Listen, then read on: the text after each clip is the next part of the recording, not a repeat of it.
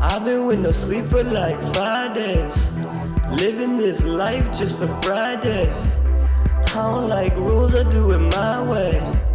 Everywhere I go they say my name. Welcome to 605 Crypto. This is Travis B. And look at all that green in the market today. It's a great sign. We love green. Now look, everything's been kind of going sideways, and so this green isn't a whole lot, but hey, we'll take any green we can get. XRP's holding around 77 cents. We got Bitcoin hanging in there about 43,000. BNB 486. Litecoin, we saw a nice little pump in Litecoin today, 144. Let's keep going, Litecoin. I know Kel's Crypto's happy about that. I wanted to talk about Proppy. Just mention it. I know a lot of people know about NFTs, but their only understanding of an NFT is it's some pixelated looking graphic on the internet. Proppy, they've been around for a while, and they're trying to, bring NFTs to real estate, and they're trying to streamline the whole real estate process. What they've gotten into is they're basically trying to streamline titles, deeds, settlement, closing. I mean, I don't know about any of you, but the settlement and closing on my house was the biggest pain in the rear. There's a lot of uncertainty. There's a lot of stress that causes. You don't know how much money you might have to come up with until the last second. You might get money back. That's always a bonus. But the whole closure and settlement process is not great. So if somebody can streamline that, that would be wonderful. And I think Proppy's on the verge of doing this. We're going to start seeing the tokenization of our industries happen one by one in the near future, and this is a big one. I mean, think about the real estate market and think about the amount of money that is in the real estate market. If all of a sudden this starts going to digital currencies and cryptocurrencies, that is going to pump a lot of money into the crypto market. And it's also going to bring a lot of attention to NFTs. It's going to kind of teach people that NFTs just aren't these stupid pixelated pictures that you see on the internet that somebody's paid an ungodly amount of money for. So Proppy was just listed on Coinbase yesterday, and that's might be why you've heard about it recently. Proppy's been around for a while. I found out about it probably in September, and at that point it was, it was pretty cheap. It was pretty cheap. I should have jumped in back then, but it wasn't that easy to purchase. And that's something important that I want to explain to you. When cryptocurrencies finally get listed on Coinbase and Binance and the major exchanges that people are familiar with, everybody's already had their chance that's really in the game to buy. So I'm not sure right now that it's a great opportunity to buy Proppy. If you log into Coinbase and look, they're saying 96% buy, 4% don't buy. I bought a little bit. I was trying to buy some at $1.25 a week ago, and then it shot up to $2.50. Personally, I'm not going to buy any more until it drops back down into that $2.50 range. I don't know that it ever will, but this is the Coinbase effect. So you got to watch out for cryptos. Don't FOMO in when things are all the way up. If we look at the all-time, it is not to its all-time high, but we're pretty parabolic going up here. I think its all-time high was $5. So we've got some room to go, but make sure you're not dumping all your money in when something's right at the top and you don't have time to make profits. So keep an eye on Proppy. NFTs are not just stupid pictures. Speaking of NFTs, a lot of people don't get into the game of NFTs because they're so expensive. And a lot of NFTs are run on Ethereum, so you're going to be paying gas fees.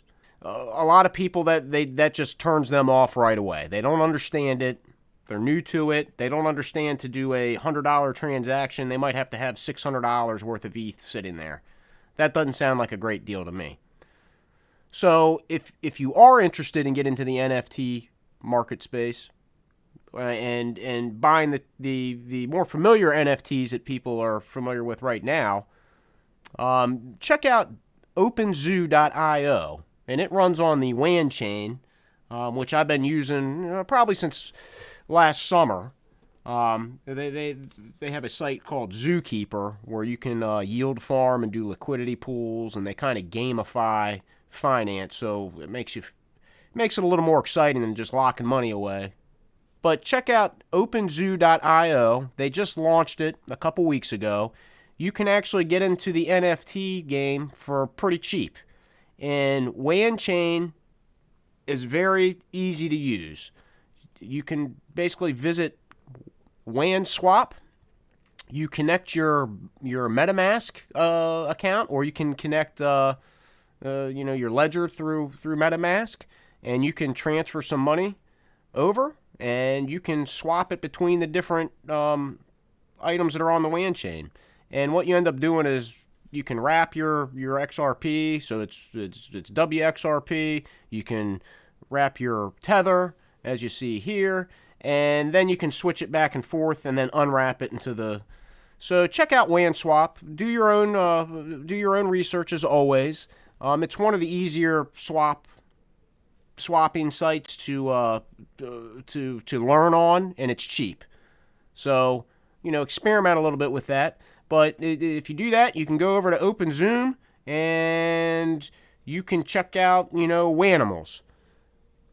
And now we're into those NFTs that most people are familiar with. They look at them, they think, I don't know, why am I buying this pixelated thing? Some of these people are trying to sell them. They think they're in early, and they're trying to sell them for, you see that? $89,000. And maybe somebody wants to buy that. I don't think that that's realistic. So if we go back down and look at the more realistic ones, there's a lot that are not for sale. So what's happening is people are trying to jump onto the craze. They're buying one for $25, and they're listing it up here for 90 grand. Oh, heck, that's 89 million. 89 million. So obviously nobody's going to buy a silly picture for $89 million. But that's not why we're here. The floor price is $51. You can get an NFT for $51 if you want. And then you can jack up the price and try and sell it. Maybe you get lucky. I don't know. If we go back to collections, though, they have all sorts of collections. I believe they make it easy for you to actually add your own collections. So I'm going to certainly investigate creating my own NFT and posting it for sale, or posting a series of them for sale, maybe on OpenZoo.io, and to see if there's any interest. It's something I've never done before, and the idea of creating an NFT, that's very intriguing to me. So I'll let you know how that comes in a future episode. If we check in with the XRP Ripple SEC case, some good news came late yesterday. Ripple won a key procedural victory concerning a speech found Ethereum is not a security, and this decision can help the Ripple case, and basically deem that XRP is not a security, which is what we're going for here. So I wanted to mention Helium. I'm a big fan of Helium. I think the People's Network is great, a lot of potential. It's still growing, so there's always growing pains involved. No, I'm not from the Las Vegas area. We're just looking at the Las Vegas area on the map to take a look at how saturated they are with hot spots. But recently found out that there is actually a banned list for Helium hotspots, or a deny list. Recently, spoofing and gaming the system has become a bigger issue for the Helium network. The founder of Helium actually spoke about this and said before that it was a problem, but it wasn't as widespread as it has become recently. And more or less you have people either spoofing their location or somehow just gaming the system to where they are stealing rewards from the people that are playing by the rules and trying to earn rewards by participating in proof of coverage. This banned list, if you're doing something fishy and you want to take a look, you can do a little bit of research, and it's not hard to come across this banned list, and you can do a quick search and see if you think you're on the list. There's more to this list. This list doesn't mean it's the end of the world for you. They said that they were using this list as a research document. If you're on it, it's not the end of the world. They're working that out. They are looking into people spoofing. And I think overall this is good. If you look around the map, you can actually find like weird locations where somebody I was watching the other day, there's hot spots out in the middle of the ocean. I'm like, what are we doing out here? What are we doing out here? I don't know. What are we doing out here? Yep, up and clean Aegean shrimp. Well, that's a good name. Not doing anything out there. If you're on the list, I don't know, straighten out whatever you're doing. If you're cheating, you shouldn't be cheating to start with. You know, cheaters, you may think you're getting ahead, but karma always catches up. Take a look at the list. And I wanted to end the show today with another inspirational quote. When you have a dream, you've got to grab it and never let go. Because nobody is going to make your dream happen but yourself. So make sure you're working towards your goals, you're setting your goals, you're working towards your dreams. Never let them go, because one of these days you're going to wake up and you will have accomplished your dreams. But you got to get started. You're not going to get there without starting, without putting that first step down. So work hard every day, set your goals, work towards your dreams, and you'll get there. So if you made it this far, give us a like and a subscribe. Thanks for watching the show today. This is Travis B with 605 Crypto. Clean, but we riding dirty. I've been making beats since 3:30 a.m. I am in my own league, in my own lane. I do my own thing in the back cave like Bruce Wayne. The only ones talking down are no names. I'm in the business of putting people out of business. Your other DJ should ask for forgiveness. You are witness in the making of a legend. I ain't there yet, but I'll be there in a second. And everywhere I go, they say my name.